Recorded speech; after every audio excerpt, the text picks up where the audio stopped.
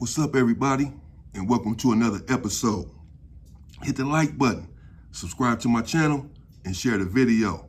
Hit the join button and become a member. Why? Well, members get exclusive content.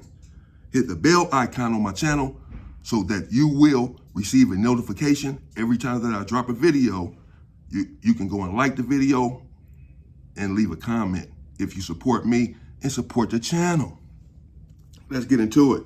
This dude from Linwood, the weirdo that snitched on me.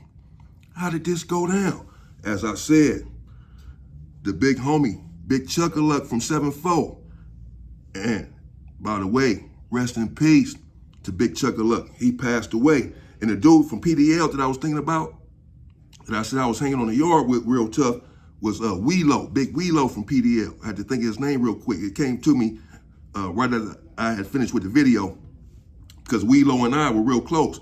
And Big Black from 107, as I said, him and I were extremely close, and Weirdo was cool with us, you know what I'm saying? And I believe Big Weirdo is resting in peace as well. I don't want to misrepresent that, but I believe his nephew told me that. I did time with his nephew some years ago, and his nephew had ran it all down to me. And I believe someone else had told me Big Weirdo passed away. I'm sure somebody in the comments can let me know if I'm correct about that. I hope not, but I believe that that's what I heard. But I'm just letting you know a few of the dudes that I was there on the yard with in Corcoran in 1995 on C Yard. Big Fred Dog from Fidus Broadway was there. He passed away in a car accident, bro. So Big Chuck-a-Luck again is real tight with this dude's brother. I believe I know his brother's name now also, that I thought about it, the OG homie from 7-4. But I could be wrong, so I don't want to say the name. But I believe it's this dude, and it was this dude's little brother. This dude was light-skinned or light brown, skinny, with braids. Somebody had asked me in the comments, can I say his name? I don't remember this dude's name. I'm going to try to think of it, though. I'm going to ask somebody that was there with me and see if I can find it. I can't remember this dude's name from Linwood, bro. But he was skinny, with braids, 31, 32 years old. Well, he wasn't much to write home about, but he was in Linwood crib, and we had him with us in our car, as I said, and you will believe that he was from Hoover. Now, again, we about to go up with the neighborhoods over this dude, and in fact, after Pookie and I from 40s became real close after the incident with us in the neighborhoods, I began to believe that he was in fact complicit. He was in fact the culprit and guilty of what they had accused him of. So I began to believe that this dude was a slime ball. I just didn't like the way that he was conducting himself, period. And so he was there in 3 Block with the homie. When I said dog, I mean Bow Wow. The homie Bow Wow, we call him Bow Wow, dog from 9 Deuce. And he was in the building with him in Cartoon. This dude here from Linwood hanging out with us. Bow Wow said that he was playing with the police a lot. Now, I should also say that the homie Big Sam, Big Hoover Sam from 107, he had life in prison. He's out now. When he got to Corcoran, he got there a little bit after me, I believe, in 1995. He'd already been down for a long time. And he told me, man, I'm giving it up as far as, you know, calling dogs and all that for the homies, man. Bro, you strong. I was 21 years old at the time, though. But he said, you strong. You know what I'm saying? The young homies gonna listen to you, bro. You keep them in line, keep them in order. Big Black, you push the big homies. Big Black was only 28 years old. Big Black from 107. He was only 28 years old at the time. And those homies much older than him. The homie Hoover Jack was on the yard from 4 Trey. G homies was there. Bow Wow was older, but he still told Black, you handle the big homie, and you handle. So he sanctioned it. He gave me the green light. Hoover Sam did. I didn't take this and run with it. It didn't inflate my ego. I'm used to being a leader. So it wasn't anything that was foreign to me. So Bow Wow one day, knowing this, came to the yard and he put me to the side. He said, bro, this dude from Linwood is playing with the police a lot in the building. Now this is a no-no for us, for the Hoover car. We don't believe in this. I don't believe in it because I don't want people on the yard to say, man, I don't want to do business with them Hoovers. I don't want to mess with them. They play with the police too much. They police lovers. I want them to say just the opposite. Them Hoovers, they don't mess with the police, bro. They serious. They take care of business. And if anything, they get off on the police if and when necessary. And so I explained this to Bow Wow. This is a no-no. Check that dude. Bow Wow said, man, I already told him. I said, check him and let him know. If he do it again, it's going to be a problem. He said, okay. Not long after, Bow Wow came back out to the yard and told me that once again, now some people do this inside of prison. They talk with the CO women and they think that every CO woman wants them, or you know, they play with the CO dudes, trying to get them to bring them in stuff, trying to get comfortable with them, but they play too much. They laughing and joking the police at they cell. They think because the police let them pass a couple of soups that they got juice and the police gonna open the door and let them go home or something. No, man, stay away from the police. This is all nonsense. And so I brought him to the yard and I told him, I told the homies, man, listen, we need to congregate about this dude. He's really bringing shame upon the car. You know, he's already not one of us. He's the big homie's little brother. Fine, we gonna respect that. That's why we got him with us, bro. But he almost had us going up with a whole nother car and injuring each other over what? You know what I'm saying? The homies ain't even up here getting into anything. We're not flouting or transgressing against any rule. So why should he be allowed to transgress against any rule? And the homies, of course, agreed. So we put him over there, right there on the yard. And I did all the talking. Big Black was standing right next to me. And I told this dude, bro, do not play with the police anymore. I don't know what you're trying to do, what you got going, but don't play with the police. I explained to him that this is a shameful thing and it's bringing shame upon our name. And we will not tolerate such acts. Get your shit together. He said, okay, bro, my bad. I'll get it. I won't do it anymore. And lo and behold, of course, not long thereafter, once again, this time Cartoon came to me and told me, bro, this dude ain't listening. I said, okay, fine. What happened? He said he playing with the police still. Police had this dope joking. He couldn't cut it off with the police. I guess he didn't want to tell the policeman, I can't play with y'all no more. Don't do this. You know, he didn't want to hurt their feelings. Okay, fine. You about to get your feelings hurt then. So I told the homies, we're going to bring this dude out to the yard. Now, there in Corcoran, they had night yard. This is a level 3. Now, Corcoran, just like Centinela at that time particularly, it vacillated from a level 3 to a level 4. It would go back and forth. Some yards would be a level 4, then it could turn back into a level 3. Centinela was doing the same thing. But at this time, it was a level 3. And on a level 3, you can have night yard. Level 4s, no night yard. Level 3, you can have it, and so it's dark outside. Much cover. Many people got hurt on Corcoran Yard at night. Corcoran being a level 3, but still a very violent prison because, again, as I explained in my prior videos, the police are unaliving human beings in there. And the police also had a crew that they called the Sharks. And they went under investigation. And in fact, 3 COs were fired, 5 lieutenants and 3 sergeants were demoted. They all should have been fired. The Sharks were a crew that when you drive up to Corcoran, transferring from another prison, transferring from reception, and you pulling up on a bus, they take you off the bus, line you up alongside of the bus and tell you to look up. Don't look at them. And when you look up, or they tell you to look to your left or look to your right, and when you turn, they'll punch you in the stomach, kick you, and your scrotum, beat you down basically, and tell you welcome to Corcoran. They called them the Sharks. They went in an investigation too. So all of this is going on in Corcoran with the police. There's a lot of strife and acrimony with the police. Y'all are unaliving us. Y'all beating us up. And this dude is over here playing with the police. I don't like it, personally. And so, also in Corcoran, at this time, you had Super 3 radios and what they call Super 2s. The Super 2s used to bump louder than the Super 3s. Everybody walking around the yard. You have them right there on the yard. Have batteries in your radio. Walk in the yard with your radio booming. Tape deck attached to it, the wire in there. Put your tape in there, and you bumping your Super 2. So it's loud out there. People out there drinking, smoking, and it's dark. So you can take care of business. They got lights out there. It's kind of bright, but it's dark. It's night yard.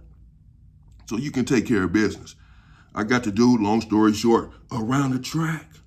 And I told him, word is, you still have been flouting the rules, bro. And I'm personally taking umbrage because I personally told you not to do that. And you looked me in my eye as a man and said that you would not. And when he began to talk, I punched him in the mouth. Boom, and I hit him one more time. That's all I did. I just socked him twice. I didn't use a weapon. Really, it's a rule, a violation of a rule worthy of a weapon. But since he's the big homie's little brother, I did show some sort of favoritism and decided that I would not use a weapon and encourage the homies not to use one as well. Instead, that I would just get him around the track and punch him a couple of times to put him in his place. This was agreed upon. And what do you know? Well, later that same night, as I'm sitting there in my cell and the doors are locked, about 10 p.m., the police come and say, Porter, to my door. I look up. I'm sitting there watching TV. I'm like, yeah, what's up? They're like, come here, man, check it out. I'm not thinking nothing. I still don't know what's going on. I'm certainly not thinking about what just happened earlier, that I done punched this dude. They tell me to step out and come to the program office real quick. I said, what's this all about? They said, well, just come, we just need to talk to you. I get there to the program office, and well, they tell me, we know that you punched the dude earlier today, and we send you to the hole. I said, man, I ain't punched nobody. What are you talking about? Now, I'm thinking at first that someone saw me and snitched on me. Everyone knowing who I am on the yard. But the police, being as venal and corrupt as they are, they immediately told me, the person that you punched, he's the one that told us that you punched him. I said, really? He said, yeah.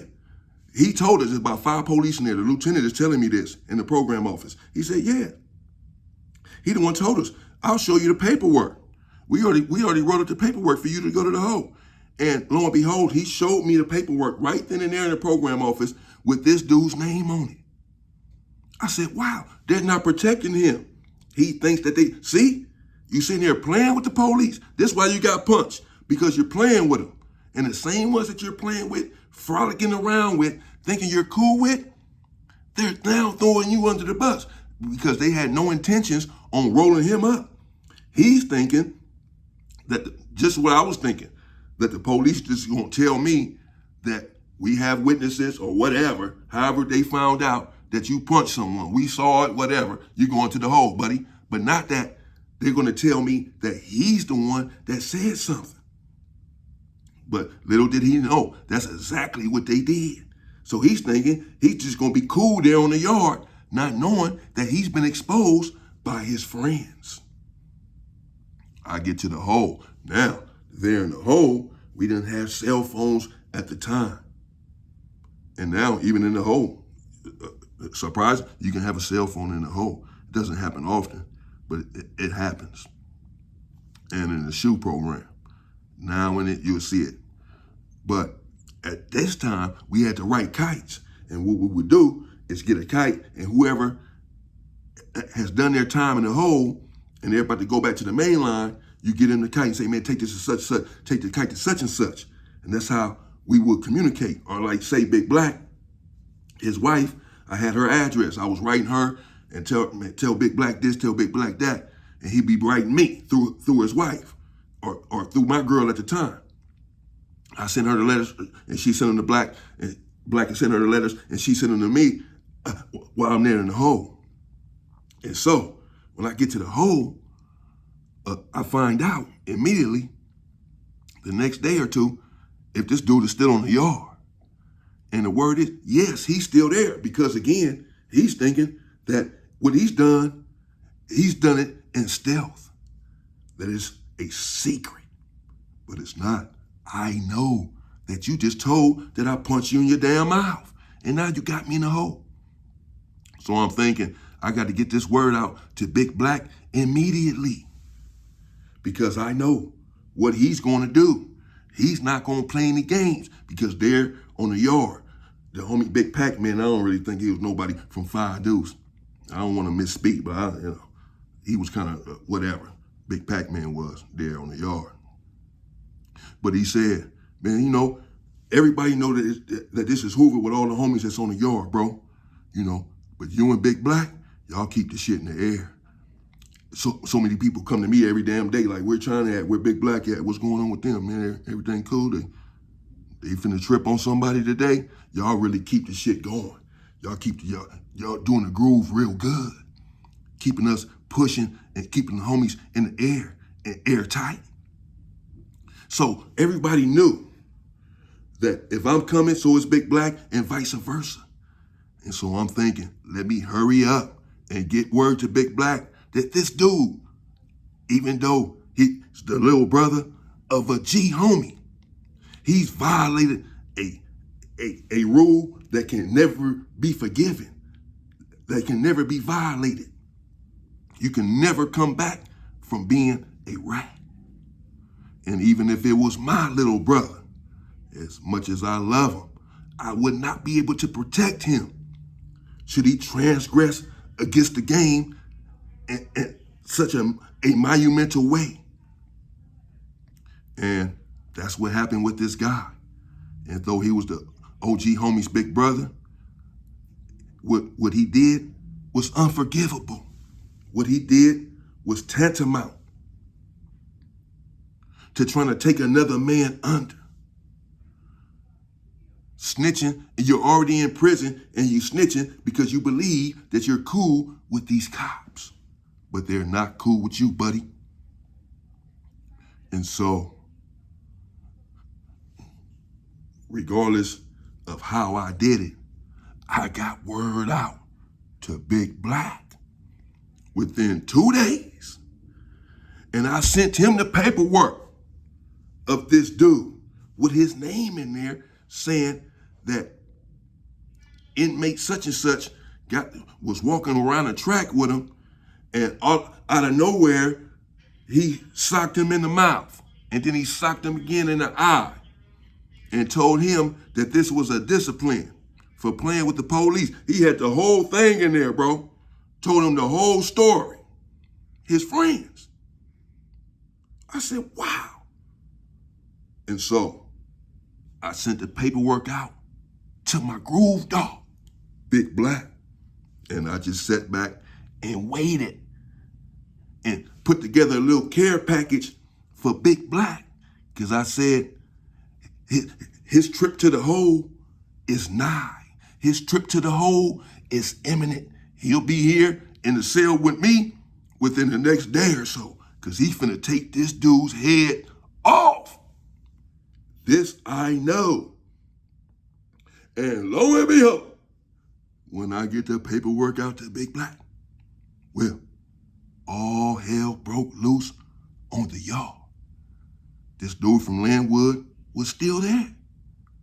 The arrogance of it all, the vainglory that he must possess to still be there on the yard after you have divested yourself of all morality, of all ethics. You have the audacity to stay there on the yard as if what you've done is not a crime. Really? Well, in part 2, I'll tell you what happened to this guy from Linwood when the paperwork reached the yard and Big Black got a hold of the paperwork. Let's just say that though he was the big homie's little brother, and I don't apologize for what happened, there was bloodshed for playing these types of games. Stay tuned and stay free, people.